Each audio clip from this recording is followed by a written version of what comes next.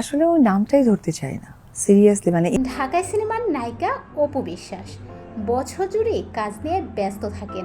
ঈদে এই নায়িকার সিনেমা না আসলেও ব্যস্ততার শেষ নেই। ঈদ উপলক্ষে বিভিন্ন সংবাদ মাধ্যমে তারকাদের উপস্থিতিতে অনুষ্ঠান প্রচার হচ্ছে।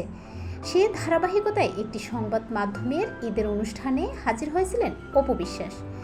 সিনেমায় না আসলেও শাকিব খান ও বুবলি ইস্যুতেও আলোচনায় আসেন তিনি। কি ওনার কথা তো আমি যোগ্যই মনে করি না যে সে জায়গা থেকে যৌক্তিকতা আমি। এবার সংবাদ মাধ্যমের ঈদ তারকা আড্ডায় অতিথি হয়ে এসেছিলেন এই নায়িকা। সেখানেও শাকিব খান ও তার মুক্তি পাওয়া তুফান সিনেমা নিয়ে বিস্তর আলাপ করেছেন তিনি। কিন্তু বুবলি ইস্যুতেই এড়িয়ে গিয়েছেন এই নায়িকা। ভিডিওতে দেখা যায় বুবলি প্রসঙ্গে জানতে চাইলে অপু বিশ্বাস বলেন, ওই নামটা মুখে এনে ঈদের উৎসবটা মাটি করতে চাই না। ঈদের এই আনন্দের সময় ওই নাম নেব না। আমি তার প্রসঙ্গে কিছু বলতেই চাই না। অপু বিশ্বাস আরও বলেন, আমি এক অনুষ্ঠানে ওই মানুষটাকে পচালু বলেছি। তার যোগ্যতা নেই যে আমি তাকে নিয়ে কিছু বলবো। তার যোগ্যতা নেই, তাকে নিয়ে কথা বলার যুক্তি নেই।